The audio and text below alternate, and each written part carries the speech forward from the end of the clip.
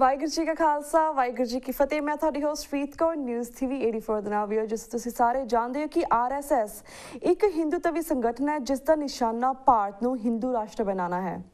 ਇਹਨਾਂ ਨੇ ਕਨਸਟੀਟਿਊਸ਼ਨ ਵਿੱਚ ਵੀ ਹਿੰਦੂ ਹਿੰਦੀ ਹਿੰਦੁਸਤਾਨ ਦਾ ਨਿਸ਼ਾਨਾ ਐਲਾਨਿਆ ਹੋਇਆ ਹੈ। ਆਜ਼ਾਦ ਭਾਰਤ ਵਿੱਚ ਵੀ ਇਸ ਸੰਗਠਨ ਤੇ 3 ਵਾਰ ਪਾਬੰਦੀ ਲਗਾਈ ਗਈ। 30 ਜਨਵਰੀ 1948 ਨੂੰ ਗਾਂਧੀ ਦੀ ਹੱਤਿਆ ਲਈ ਵੀ RSS ਹੀ ਜ਼ਿੰਮੇਵਾਰ ਸੀ। ਜੂਨ 84 ਨਵੰਬਰ 84 ਦੀ ਸਿੱਖ ਨਸਲਕੁਸ਼ੀਆਂ ਲਈ ਵੀ RSS ਨੇ ਇੰਦਰਾ ਗਾਂਧੀ ਅਤੇ ਰਾਜੀਵ ਗਾਂਧੀ ਨੂੰ ਭਰਪੂਰ ਸਮਰਥਨ ਦਿੱਤਾ ਸੀ। BJP RSS ਦਾ ਹੀ ਪੋਲੀਟੀਕਲ ਹਿੱਸਾ ਹੈ। ਇਸ ਤੋਂ ਇਲਾਵਾ ਬਜਰੰਗ ਦਲ, ਰਾਮ ਸੈਨਾ, ਮਜ਼ਦੂਰ ਸੰਘ, ਵਿਦਿਆਰਥੀ ਪਰਿਸ਼ਦ ਵਰਗੀਆਂ ਦਰਜਨਾਂ ਜਥੇਬੰਦੀਆਂ RSS ਨਾਲ ਸੰਬੰਧਿਤ ਹਨ ਜਿਨ੍ਹਾਂ ਨੂੰ ਸੰਘ ਪਰਿਵਾਰ ਕਿਹਾ ਜਾਂਦਾ ਹੈ। ਵਿਊਅਰਸ, ਲਗਭਗ 3 ਮਹੀਨੇ ਪਹਿਲਾਂ ਜਦੋਂ ਦੀ ਮੋਦੀ ਸਰਕਾਰ ਹੋਂਦ ਵਿੱਚ ਆਈ ਹੈ, RSS ਨੇ ਆਪਣਾ ਹਿੰਦੂਤਵੀ ਦਾ ਏਜੰਡਾ ਹੋਰ ਵੀ ਤੇਜ਼ੀ ਨਾਲ ਲਾਗੂ ਕਰਨਾ ਸ਼ੁਰੂ ਕਰ ਦਿੱਤਾ ਹੈ।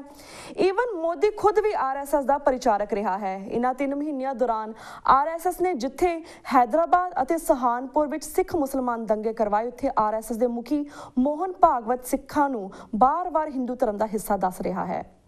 ਅਫਸੋਸ, ਆਪਣੇ ਆਪ ਨੂੰ ਪੰਥਕ ਕਹਾਣ ਵਾਲਾ ਬਾਦਲ ਅਕਾਲੀ ਦਲ RSS ਦੇ ਇੰਨਾ ਥੱਲੇ ਲੱਗਿਆ ਹੋਇਆ ਹੈ ਕਿ ਉਹਨਾਂ ਵਿੱਚ RSS ਦੀ ਇਸ ਬਿਆਨਬਾਜ਼ੀ ਨੂੰ ਚੈਲੰਜ ਕਰਨ ਦੀ ਵੀ ਹਿੰਮਤ ਨਹੀਂ ਹੈ।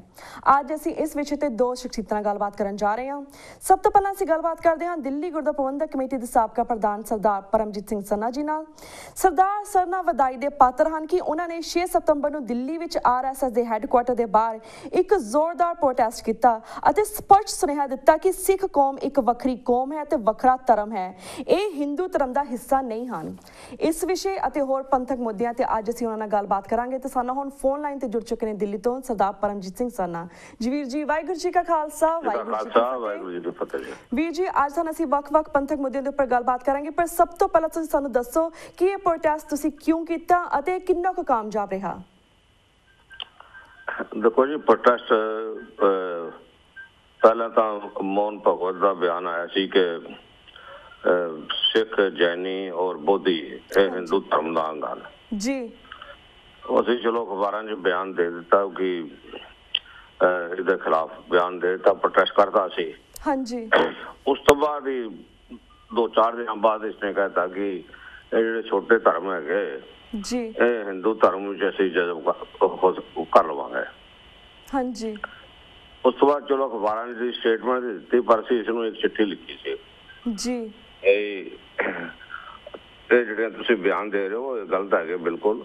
ਹਾਂਜੀ। ਔਰ ਇਸ ਵਿਸ਼ੇ ਦੇ ਉੱਤੇ ਜਿਹੜੀਆਂ ਤੁਹਾਨੂੰ ਕੋਈ ਗਲਤਫਹਿਮੀਆਂ ਹੈਗੀਆਂ ਜੀ, ਅਸੀਂ ਤੁਹਾਡੇ ਨਾਲ ਮੀਟਿੰਗ ਕਰ ਲੈਂਦੇ ਹਾਂ ਔਰ ਮੀਟਿੰਗ ਵਿੱਚ ਤੁਹਾਡੇ ਸਾਰੇ ਕੋਈ ਗਲਤਫਹਿਮੀਆਂ ਸਾਰੀਆਂ ਦੂਰ ਹੋ ਜਾਣਗੀਆਂ ਬਿਲਕੁਲ। ਹਾਂਜੀ। ਔਰ ਇਹ ਜੇ ਬਿਆਨ ਦੇ ਰਹੇ ਹੈਗੇ ਹਿੰਦੁਸਤਾਨ ਵਾਸਤੇ ਠੀਕ ਨਹੀਂ ਜੀ। ਸਮਾਂ ਜਿਹੜਾ ਵੀ ਤੁਸੀਂ ਦਿਓਗੇ, ਜਿੰਨੇ ਬੰਦੇ ਕਹੋਗੇ, ਜਿੱਥੇ ਕਹੋਗੇ, ਅਸੀਂ ਉੱਥੇ ਆਉਣ ਵਾਸਤੇ ਤਿਆਰ ਹਾਂ। ਹਾਂਜੀ। ਪਰ ਇਹਨਾਂ ਨੇ ਕੋਈ ਸਾਨੂੰ ਜਵਾਬ ਨਹੀਂ ਦਿੱਤਾ ਜੀ। ਬਿਲਕੁਲ ਜੀ। ਫਿਰ ਅਸੀਂ ਆਪਣੇ ਪ੍ਰੋਟੈਸਟ ਦੀ ਮੀਟਿੰਗ ਕੀਤੀ। ਅਸੀਂ ਉਹਨਾਂ ਕਿਹਾ ਜੀ ਠੀਕ ਹੈ, ਹੁਣ ਸਾਨੂੰ ਪ੍ਰੋਟੈਸਟ ਕਰਨਾ ਚਾਹੀਦਾ। ਹਾਂਜੀ। ਅਸੀਂ ਡੇਟ ਫਿਕਸ ਕਰ ਦਿੱਤੀ ਵੀ ਫਲਾਣੀ ਤਰੀਕ ਅਸੀਂ ਪ੍ਰੋਟੈਸਟ ਕਰਾਂਗੇ ਜੀ। ਔਰ ਐਡਮਿਨਿਸਟ੍ਰੇਸ਼ਨ ਨੇ ਸਾਨੂੰ ਕਈ ਕਹਿਣ ਲੱਗੇ ਨਹੀਂ ਦੇਖ ਲਓ ਆਪ ਨੂੰ, ਕਿ ਦੇਖਣਾ ਕੀ ਹੈਗਾ। ਚਿੱਠੀ ਉਹਨਾਂ ਨੇ ਇਨਕਾਰ ਕਰ ਦਿੱਤਾ। RSS ਦੇ ਦਫ਼ਤਰ ਨੇ ਸਾਨੂੰ ਚਿੱਠੀ ਕੋਈ ਨਹੀਂ ਮਿਲੀ।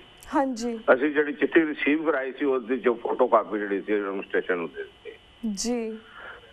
ਤੇ ਉਹ ਫਿਰ ਅਸੀਂ ਜਿਹੜੇ ਆਪਣੇ ਵਰਕਰ ਸਨ ਉਹਨਾਂ ਨੂੰ ਕਿਹਾ ਵੀ ਤੁਸੀਂ ਸਾਰੀ ਜਗ੍ਹਾ ਕਹੋ।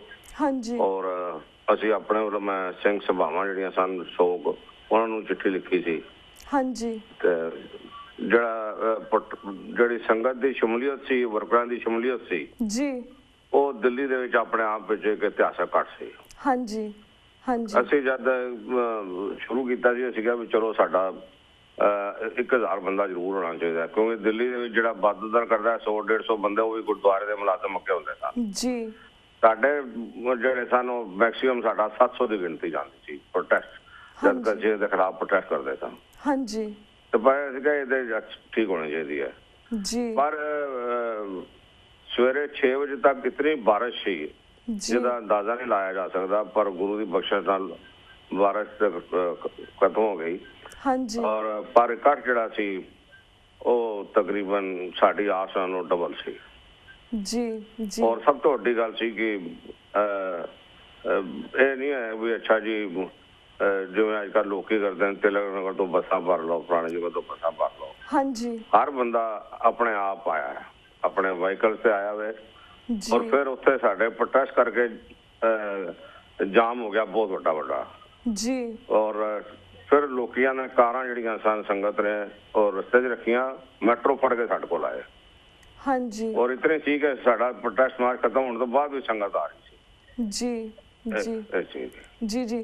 ਤੇ ਵੀਰ ਜੀ, ਜਿਸ ਤਰ੍ਹਾਂ I would like to ask you, ਜਿਸ ਤਰ੍ਹਾਂ ਆਰਐਸਐਸ ਨੇ ਆਪਣੇ ਜਿਹੜਾ ਹਿੰਦੂਤਵੀ ਏਜੰਡਾ ਵਾ ਕਾਫੀ ਭਰਪੂਰ ਤਰ੍ਹਾਂ ਨਾਲ ਲਾਗੂ ਕੀਤਾ ਹੋਇਆ ਹੈ, ਇਵਨ ਬਾਦਲ ਦਲ, ਅਕਾਲੀ ਦਲ ਬਾਦਲ ਨੇ ਵੀ ਆਪਣੇ ਮੂੰਹ ਦੇ ਵਿੱਚ ਘੁੰਗਣੀਆਂ ਪਾਈਆਂ ਹੋਈਆਂ। I would like to ask ਕਿ ਇਸ ਵੇਲੇ ਸਿੱਖਾਂ ਦਾ ਜਿਹੜੀ ਆ ਨਵੀਂ ਸਰਕਾਰ ਆਈ ਹੈ, ਇਸ ਦੇ ਨਾਲ ਭਵਿੱਖ ਕੀ ਹੈ, ਸਾਡਾ ਫਿਊਚਰ ਕੀ ਹੈ ਇਸ ਵੇਲੇ ਇੰਡੀਆ ਦੇ ਵਿੱਚ? ਦੇਖੋ ਗੱਲ ਹੈਗੀ, ਇੱਕ ਗੱਲ, ਇਹ ਤੰਗੀਆਂ ਪੁਰਸ਼ੀਆਂ ਆਉਂਦੀਆਂ ਰਹਿਣਗੀਆਂ ਸਿੱਖ ਕੌਮ ਦੇ ਉੱਤੇ ਜੀ, ਪਰ ਕਿਸੇ ਇਹ ਜਿਹੜੀਆਂ ਸਰਕਾਰਾਂ ਜਿਹੜੀਆਂ ਸਾਡੇ ਭਵਿੱਖ ਦੇ ਉੱਤੇ ਸਵਾਲੀਆ ਨਿਸ਼ਾਨ ਨਹੀਂ ਡਾ ਸਕਦੀਆਂ। ਹਾਂਜੀ, ਇਹ ਆਖਣਗੇ ਅੱਛਾ ਜੀ ਹੁਣ ਇਹਨਾਂ ਦਾ ਸਰਕਾਰ ਆ ਗਈ ਹੈਗੀ ਤੇ ਸਾਡੇ ਭਵਿੱਖ ਦੇ ਉੱਤੇ ਸਾਨੂੰ ਕੋਈ ਚਿੰਤਾ ਹੈ, ਅਸੀਂ ਬੜੇ ਤਗੜੇ ਹੋ ਕੇ ਹਰ ਗੱਲ ਨੂੰ ਨਿਬੜਾਂਗੇ ਇਸ ਨੂੰ। ਬਿਲਕੁਲ ਜੀ, ਬਿਲਕੁਲ ਸਾਨੂੰ ਇਹਦੇ 'ਚ ਕੋਈ ਠੀਕ ਹੈ, ਸੰਘਰਸ਼ ਕਰਨਾ ਪਏਗਾ, ਲੜਾਂਗੇ, ਕਰਾਂਗੇ। ਹਾਂਜੀ, ਪਰ ਭਵਿੱਖ ਦੇ ਉੱਤੇ ਦਸਮ ਪਾਤਸ਼ਾਹ ਦੇ ਗੁਰੂ ਨਾਨਕ ਸਾਹਿਬ ਦੇ ਕੌਮ ਦੇ ਉੱਤੇ ਭਵਿੱਖ ਦੀ ਕੋਈ ਚਿੰਤਾ ਵਾਲੀ ਗੱਲ ਨਹੀਂ ਹੈਗੀ ਜੀ। ਅਸੀਂ ਆਪਣੇ ਵੱਲੋਂ ਜਿਹੜੀਆਂ ਕਮੀਆਂ ਸਾਡੇ 'ਚ ਆਈਆਂ ਹੋਈਆਂ ਨੂੰ ਅਸੀਂ ਆਪ ਦੂਰ ਕਰ ਲਈਏ, ਬਸ, ਹੋਰ ਕੋਈ ਗੱਲ ਨਹੀਂ ਹੈ। ਹਾਂਜੀ ਜੀ। ਤੇ ਵੀਰ ਜੀ, ਜਿਸ ਤਰ੍ਹਾਂ ਸੰਤ ਬਲਜੀਤ ਸਿੰਘ ਦਾਦੋਵਾਲ ਨੂੰ ਪੰਜਾਬ ਪੁਲਿਸ ਨੇ ਇਸ ਲਈ ਝੂਠੇ ਕੇਸਿਸ ਵਿੱਚ ਫਸਾਇਆ ਹੋਇਆ ਹੈ ਕਿਉਂਕਿ ਉਹ ਡਟ ਕੇ ਬਾਦਲ ਦਲ ਦੀ ਵਿਰੋਧਤਾ ਕਰਦੇ ਹਨ। ਇਸ ਬਾਰੇ ਤੁਸੀਂ ਕੀ ਕਹਿਣਾ ਚਾਹੋਗੇ? ਆਲਸੋ ਤੁਹਾਡੀ ਪਾਰਟੀ ਨੇ ਇਸ ਸੰਬੰਧੀ ਕੋਈ ਕਾਰਗੁਜ਼ਾਰੀ ਕਿਉਂ ਨਹੀਂ ਕੀਤੀ, ਇਸ ਬਾਰੇ ਤੁਸੀਂ ਕੀ ਕਹਿਣਾ ਚਾਹੋਗੇ? ਦੇਖੋ ਗੱਲ ਹੈਗੀ, ਪਾਰਟੀ ਦੀ ਕਾਰਗੁਜ਼ਾਰੀ ਤੇ ਅਸੀਂ ਕੀਤੀ ਹੈ ਪੂਰੀ। ਹਾਂਜੀ, ਸਭ ਤੋਂ ਪਹਿਲਾਂ ਬਿਆਨ ਇਸ ਦੇ ਖਿਲਾਫ ਦਾਸ ਨੇ ਦਿੱਤਾ ਹੈ, ਫਿਰ ਉਸ ਤੋਂ ਬਾਅਦ ਉਹਨਾਂ ਦਾ ਜਿਹੜਾ ਬੰਦਾ ਸੀ ਉਸਨੇ ਮੈਨੂੰ ਟੈਲੀਫੋਨ ਕੀਤਾ, ਮੈਨੂੰ ਕਿਹਾ ਜੀ ਤੂੰ ਦਿੱਲੀ ਆ ਜਾ ਔਰ ਸਾਰਾ ਕੇਸ ਲੈ ਕੇ ਆ ਜਾ, ਜਿਹੜੇ ਸੁਪਰੀਮ ਕੋਰਟ ਦੇ ਵਕੀਲ ਹੈਗੇ ਤੁਲਸੀ ਸਾਹਿਬ, ਅਸੀਂ ਉਹਨਾਂ ਨੂੰ ਕੋਲੋਂ ਟਾਈਮ ਵੀ ਲੈ ਲਿਆ ਸੋਮਵਾਰ ਦਾ। ਹਾਂਜੀ, ਪਰ ਇਨ ਦਾ ਮੇਨ ਟਾਈਮ ਉਹਨਾਂ ਨੇ ਆਪਣਾ ਜਿਹੜਾ ਸੀ ਕੋਈ ਪਤਾ ਨਹੀਂ ਉਹਨਾਂ ਨੇ ਜ਼ਬਰਦਸਤੀ ਕੀ ਇਹ ਜਿਹਾ ਬਿਆਨ ਦਵਾਇਆ ਉਹਨਾਂ ਨੇ, ਜਿਸ ਦੇ ਕਰਕੇ ਉਹ ਮੇਰੇ ਕੋਲ ਸਾਡੇ ਕੋਲ ਨਹੀਂ ਆ ਸਕੇ। ਹਾਂਜੀ, ਪਰ ਮੈਂ ਇੱਕ ਗੱਲ ਕਹਿ ਦੇਣੀ ਚਾਹੁੰਦਾ ਵਾਂ ਕਿ ਜਿਹੜੇ ਵੀ ਸ਼ਖਸੀਅਤਾਂ ਉਭਰਨ ਦਾ ਕੰਮ ਕਰਦੀਆਂ ਨੇ ਪੰਜਾਬ ਦੇ ਵਿੱਚ, ਹਾਂਜੀ, ਸਰਦਾਰ ਪ੍ਰਕਾਸ਼ ਸਿੰਘ ਬਾਦਲ ਤੇ ਉਹਨਾਂ ਦੀ ਪਾਰਟੀ ਨੇ ਉਹਨਾਂ ਦੇ ਝੂਠੇ ਕੇਸ ਬਣਾ ਕੇ ਉਹਨਾਂ ਤੇ ਸਖਤੀ ਕਰਕੇ ਔਰ ਉਹਨਾਂ ਨੂੰ ਅੰਦਰ ਕਰਕੇ ਉਹਨਾਂ ਨੂੰ ਕਮਜ਼ੋਰ ਕਰਨ ਦੀਆਂ ਗੱਲਾਂ ਕੀਤੀਆਂ। ਬਾਬਾ ਦਾਦੂਵਾਲ ਸਾਡੀ ਮਤਲਬ ਪਿਛਲੇ 4-5 ਸਾਲ ਤੋਂ ਗੱਲਬਾਤ ਵੀ ਚੱਲ ਰਹੀ ਸੀ। ਹਾਂਜੀ, ਔਰ ਸਾਨੂੰ ਉਮੀਦ ਸੀ ਕਿ ਇਹ ਸਿੱਖ ਕੌਮ ਨੂੰ ਅੱਗੇ ਉਹ ਅਗਵਾਈ ਦੇ ਸਕਦੇ ਹਨ ਜੀ। ਪਰ ਮੈਂ ਕਹਿ ਸਕਦਾ ਹਾਂ ਵੀ ਜਿੰਨੇ ਵੀ ਬੰਦੇ ਸਨ ਬਾਦਲ ਨੇ ਉਹਨਾਂ ਨੂੰ ਝੂਠੇ ਕੇਸਾਂ 'ਚ ਪਾ ਕੇ ਔਰ ਉਹਨਾਂ ਦੀ ਜਿਹੜੀ ਸੋਚ ਸੀ ਉਸਨੂੰ ਖਤਮ ਕਰਨ ਦੀ ਗੱਲ ਕੀਤੀ ਹੈਗੀ। ਹਾਂਜੀ, ਔਰ ਇਹ ਵੀ ਉਸੇ ਸੋਚ ਦਾ ਇੱਕ ਹਿੱਸਾ ਸੀ ਬਾਬਾ ਦਾਦੂਵਾਲ ਦੇ ਉੱਤੇ ਝੂਠੇ ਕੇਸ ਬਣਾਉਣੇ ਜੀ ਜੀ। ਬਾਕੀ ਅਸੀਂ ਤਾਂ ਬਿਲਕੁਲ ਦੇਖੋ ਦੋ ਗੱਲਾਂ, ਜਾਤੀ ਤੌਰ ਤੇ ਹੋਈ ਸੀ ਬਾਬਾ ਦਾਦੂਵਾਲ ਨਾਲ, ਹਾਂਜੀ, ਮੇਰੇ ਜਾਤੀ ਤੌਰ ਤੇ ਸੰਬੰਧ ਉਹਨਾਂ ਦੇ ਬਹੁਤ ਅੱਛੇ ਹਨ। ਹਾਂਜੀ, ਔਰ ਇਖਲਾਕਨ ਤੌਰ ਤੇ ਵੀ ਅਸੀਂ ਉਹਨਾਂ ਦੇ ਨਾਲ ਆ ਜੀ। ਇਹ ਨਹੀਂ ਹੈਗਾ ਕਿ ਅਸੀਂ ਮੁੜ ਕੇ ਪੁੱਛਿਆ ਹੀ ਨਹੀਂ ਹੈ। ਹਾਂਜੀ, ਹੁਣ ਗੱਲ ਹੈ ਕਿ ਵੀ ਅਸੀਂ ਤੇ ਕਿਹਾ ਵੀ ਠੀਕ ਹੈ ਕੀ ਕੋਰਟ ਦਾ ਐਕਸ਼ਨ ਕੀ ਲੈਣਾ ਚਾਹੀਦਾ ਹੈ ਜੀ, ਪਰ ਉਹ ਅਖਬਾਰਾਂ 'ਚ ਆ ਗਿਆ ਜੀ, ਉਹਨਾਂ ਨੇ ਕਹਿਤਾ ਮੈਂ ਅਸਤੀਫਾ ਦੇ ਰਿਹਾ, ਫਲਾਣ ਦੇ ਰਿਹਾ। ਹਾਲਾਂਕਿ ਉਹਨਾਂ ਦੇ ਪਰਿਵਾਰ ਨੇ ਇਸ ਗੱਲ ਦੀ ਨਾ ਕੀਤੀ ਹੈ ਜੀ, ਪਰ ਉਸਦੇ ਨਾਲ ਇੱਕ ਜਿਹੜੀ ਕੜੀ ਜੁੜਦੀ ਜਾਂਦੀ ਸੀ ਉਹ ਟੁੱਟ ਗਈ। ਅੱਛਾ ਜੀ, ਪਤਾ ਲੱਗੇਗਾ, ਇਹ ਲੱਗੇਗਾ, ਉਹ ਲੱਗੇਗਾ। ਮੰਨ ਲਾ ਮੈਨੂੰ ਉਮੀਦ ਨਹੀਂ, ਸਾਨੂੰ ਕਿਸੇ ਵੀ ਨੂੰ ਉਮੀਦ ਵੀ ਉਹਨਾਂ ਨੇ ਇਹ ਗੱਲ ਕਹੀ ਹੋਣੀ ਹੈ। ਹਾਂਜੀ ਜੀ ਜੀ।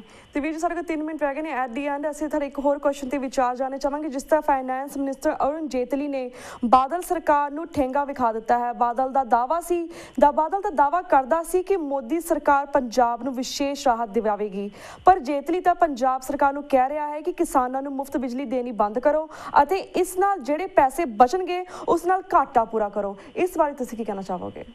ਦੇਖੋ, ਇੱਕ ਗੱਲ ਮੈਂ ਤੁਹਾਨੂੰ ਦੱਸ ਦੇਣਾ ਚਾਹੁੰਦਾ ਵਾਂ ਬਈ, ਪੰਜਾਬ ਨੂੰ ਤੇ ਬਾਦਲ ਨੂੰ ਡਾਕਟਰ ਮਨਮੋਹਨ ਸਿੰਘ ਵਰਗਾ ਪ੍ਰਾਈਮ ਮਿਨਿਸਟਰ ਨਹੀਂ ਮਿਲ ਸਕਦਾ ਜੀ। ਡਾਕਟਰ ਮਨਮੋਹਨ ਸਿੰਘ ਨੇ ਜਿਤਨੀ ਮਦਦ ਪੰਜਾਬ ਦੀ ਔਰ ਬਾਦਲ ਦੀ ਹਰ ਗੱਲ ਦੀ ਕੀਤੀ ਹੈਗੀ, ਇਹ ਹੁਣ ਸੋਚਦੇ ਹੋਣਗੇ ਵੀ ਨਾਲੇ ਮਦਦ ਲੈ ਕੇ ਆਉਂਦੇ ਸਨ, ਨਾਲੇ ਗੱਲਾਂ ਮਨਵਾ ਕੇ ਆਉਂਦੇ ਸਨ ਤੇ ਨਾਲੇ ਗਾਲਾਂ ਕੱਢਦੇ ਸਨ। ਹਾਂਜੀ, ਤੇ ਹੁਣ ਇਹਨਾਂ ਨੂੰ ਪਤਾ ਲੱਗ ਗਿਆ ਕੀ ਹੈ। ਇਹ ਤਾਂ ਦੇਖੋ, ਇਹਨਾਂ ਨੇ ਉਹ ਇਹਨਾਂ ਨੂੰ ਆਊਟ ਆਫ ਦੀ ਵੇ ਜਾ ਕੇ ਮਦਦ ਕਰਦਾ ਸੀ ਜੀ। ਔਰ ਸਾਰੇ ਰੋਂਦੇ ਸਨ ਵੀ ਤੁਸੀਂ ਤੇ ਉਸ ਨੂੰ ਜਾ ਕੇ ਮਿਲ ਲੈਂਦੇ ਹੋ, ਗੱਲ ਕਰ ਲੈਂਦੇ ਹੋ, ਉਹਦੀ ਗੱਲ ਪੂਰੀ ਕਰ ਲੈਂਦੇ, ਸਾਡੀ ਸੁਣਦੇ ਨਹੀਂ ਹੋ। ਹਾਂਜੀ। ਔਰ ਇਸ ਜਿਹੜੀ ਐਂਟੀ ਪੰਥਕ ਸੋਚ ਦਾ ਬੰਦਾ, ਇਹਨੂੰ ਤੁਸੀਂ ਤਾਂ ਨਾ ਕਿ ਇਹਦੇ ਸਾਰੇ ਕੰਮ ਕਰਦੇ ਹੋ, ਤੁਹਾਡੇ ਤੇ ਹਾਵੀ ਹੋ ਰਿਹਾ, ਸਾਡੇ ਤੇ ਹਾਵੀ ਹੋ ਰਿਹਾ। ਪਰ ਚਲੋ ਪੰਜਾਬ ਦਾ ਮਸਲਾ ਜੀ, ਉਸਨੇ ਪੰਜਾਬ ਸਿੱਖ ਹੋਣ ਦੇ ਨਾਤੇ, ਪੰਜਾਬੀ ਹੋਣ ਦੇ ਨਾਤੇ ਪੰਜਾਬ ਦੀ ਮਦਦ ਕੀਤੀ। ਪਰ ਇਹ ਕਾਰਨ ਸਾਨੂੰ ਵੀ ਚਲੋ ਘੱਟੋ ਘੱਟ ਆਊਟ ਆਫ ਦੀ ਵੇ ਜਾ ਕੇ ਮਦਦ ਕਰ ਰਿਹਾ, ਤੇ ਉਹਦੀ ਕੁਝ ਬਾਹਰ ਆ ਕੇ ਗਾਲਾਂ ਦੇ ਨਾ ਕੱਢੀ ਹੈ। ਹਾਂਜੀ। ਪਰ ਸਾਨੂੰ ਕੋਈ ਉਮੀਦ ਨਹੀਂ ਹੈ ਇਹ ਮਦਦ ਸੈਂਟਰ ਦੀ ਸਰਕਾਰ ਉਤਨੀ ਕਰੇਗੀ ਜਿਤਨੇ ਇਹ ਜੋਗੇ ਹੈਗੇ। ਹਾਂਜੀ ਹਾਂਜੀ, ਮਤਲਬ ਆਊਟ ਆਫ ਦੀ ਵੇ ਜਾ ਕੇ ਜਿਹੜਾ ਸੋਚਦਾ ਸੀ ਅਸੀਂ ਮਦਦ ਕਰ ਦਿਆਂਗੇ, ਉਹ ਮਦਦ ਨਹੀਂ ਹੋਣੀ ਇੱਥੋਂ। ਹਾਂਜੀ, ਉਹ ਹੀ ਕਰ ਗਿਆ ਡਾਕਟਰ ਮਨਮੋਹਨ ਸਿੰਘ, ਇਹਨਾਂ ਨੇ ਨਹੀਂ ਕਰਨੀ ਬਿਲਕੁਲ ਜੀ। ਫਿਰ ਨਾਲ ਇਹਨੂੰ ਲੜਾ ਕੇ ਹਰਾ ਕੇ ਇਹਦੀ ਮਿੱਟੀ ਪਲੀਤ ਕਰਨ ਤੋਂ ਬਾਅਦ ਉਹ ਕਿਵੇਂ ਇਸ ਕੋਲ ਚੰਗੀ ਆਦਤ ਰੱਖ ਸਕਦੇ ਨੇ। ਹਾਂਜੀ ਜੀ। ਦੁਨੀਆ ਜਿੱਦਾਂ 3 ਲੱਖ ਵੋਟਾਂ ਨਾਲ 4 ਲੱਖ ਵੋਟਾਂ ਨਾਲ ਉੱਥੇ ਜਾ ਕੇ ਇਹਦੀ ਮਿੱਟੀ ਪਲੀਤ ਕੀਤੀ ਨੇ, ਪੁੱਛੋ ਕੁਝ ਨਹੀਂ, ਉਹ ਕਿਉਂ ਇਹਨਾਂ ਦੇ ਬਣਾ ਕੇ ਇਹਨਾਂ ਦਾ ਕੰਮ ਕਰੇਗਾ। ਹਾਂਜੀ ਜੀ। ਹਾਂਜੀ ਤੇ ਵੀਰ ਜੀ, ਜੋ ਸਾਡੇ ਕੋਲ 1 ਮਿੰਟ ਰਹਿ ਗਿਆ, ਜਿਸ ਤਰ੍ਹਾਂ ਤੁਸੀਂ ਪ੍ਰੋਫੈਸਰ ਦਵਿੰਦਰਪਾਲ ਸਿੰਘ ਭੁੱਲਰ ਜੀ ਦੇ ਕੇਸ ਦੇ ਵਿੱਚ ਵੀ ਕਾਫੀ ਮਦਦ ਕੀਤੀ ਸੀ, ਹੁਣ ਉਹਨਾਂ ਦੇ ਕੇਸ ਦੀ ਕੀ ਅਪਡੇਟ ਹੈ ਇਸ ਵੇਲੇ? ਦੇਖੋ ਅੜਚਨ ਤਾਂ ਕੋਈ ਨਹੀਂ ਹੈਗੀ। ਹਾਂਜੀ, ਜਿਹੜਾ ਸਾਡਾ ਵਕੀਲ ਹੈਗਾ ਉਹ ਥੋੜਾ ਜਿਹਾ ਟਾਈਮ ਗੇਨ ਕਰਨਾ ਚਾਹੁੰਦੇ ਨੇ। ਫਿਰ ਉਸ ਤੋਂ ਬਾਅਦ ਇੱਕਦਮ ਸਰਕਾਰਾਂ ਬਦਲ ਗਈਆਂ, ਸਭ ਕੁਝ ਹੋ ਗਿਆ। ਹਾਂਜੀ ਜੀ। ਤੇ ਅਸੀਂ ਵੀ ਬਹੁਤੀ ਭਾਜੜ ਨਹੀਂ ਕਰਨਾ ਚਾਹੁੰਦੇ ਹੈਗੇ ਬਈ ਉਸੇ ਵਕਤ ਸਾਨੂੰ ਉਹ ਹੋਈ ਗਿਆ ਜਿਨ੍ਹਾਂ ਨੇ ਭਾਜੜ ਕੀਤੀ ਉਹਨਾਂ ਦੀਆਂ ਕੈਂਸਲ ਹੋ ਗਈ ਨਾ ਰਿਹਾਈ, ਜਿਹੜੀ ਤਾਮਿਲਨਾਡੂ ਦਾ case, Rajiv Gandhi murder case ਦਾ। ਹਾਂਜੀ ਹਾਂਜੀ, ਅਸੀਂ ਜਲਦਬਾਜ਼ੀ ਨਹੀਂ ਕਰਨਾ ਚਾਹੁੰਦੇ, ਅਸੀਂ ਇਸ ਨੂੰ ਆਰਾਮ ਨਾਲ ਵਕਤ ਦੇ ਕੇ ਉਸ ਅੱਗੇ ਠੋਕਾਂਗੇ ਚੰਗੀ। ਪਰ ਵੀਰ ਜੀ, ਜਿਸ ਤਰ੍ਹਾਂ ਤੁਹਾਡਾ ਵਕੀਲ ਹੈ, ਉਹਨਾਂ ਨੂੰ ਕੀ ਲੱਗਦਾ, ਉਹਨਾਂ ਨੂੰ ਕੋਈ ਉਮੀਦ ਹੈਗੀ ਕਿ ਸਾਡੇ ਵੀਰ 100 ਪੈਸੇ ਉਮੀਦ ਹੈ ਉਸ ਨੂੰ ਵੀ ਰਿਹਾ ਹੋਏਗਾ, 100 ਪੈਸੇ। Well thank you so much ਵੀਰ ਜੀ, ਤੁਸੀਂ ਆਪਣਾ ਟਾਈਮ ਜੀ, ਥੈਂਕ ਯੂ ਸੋ ਮਚ ਵੀਰ ਜੀ, ਤੁਸੀਂ ਆਪਣਾ ਟਾਈਮ ਕੱਢ ਕੇ ਇਹ ਪੂਰੇ ਕੁਐਸਚਨਸ ਦੇ ਉੱਪਰ ਆਪਣੇ ਵਿਚਾਰ ਸਾਡੇ ਦਰਸ਼ਕਾਂ ਨਾਲ ਸਾਂਝੇ ਕੀਤੇ। ਮੈਂ ਵੀ ਤੁਹਾਡਾ ਧੰਨਵਾਦੀ ਹਾਂ, ਤੁਸੀਂ ਮੈਨੂੰ ਅਮਰੀਕਾ ਦੀ ਸੰਗਤ ਨੂੰ ਵਿਚਾਰ ਦੱਸਣ ਦਾ ਮੌਕਾ ਦਿੱਤਾ। Thank you. ਵਾਹਿਗੁਰੂ ਜੀ ਕਾ ਖਾਲਸਾ, ਵਾਹਿਗੁਰੂ ਜੀ ਕੀ ਫਤਿਹ। Viewers, वक्त हो गया एक छोटे से ब्रेक का। Keep watching News TV 84. We'll be right back after a short break.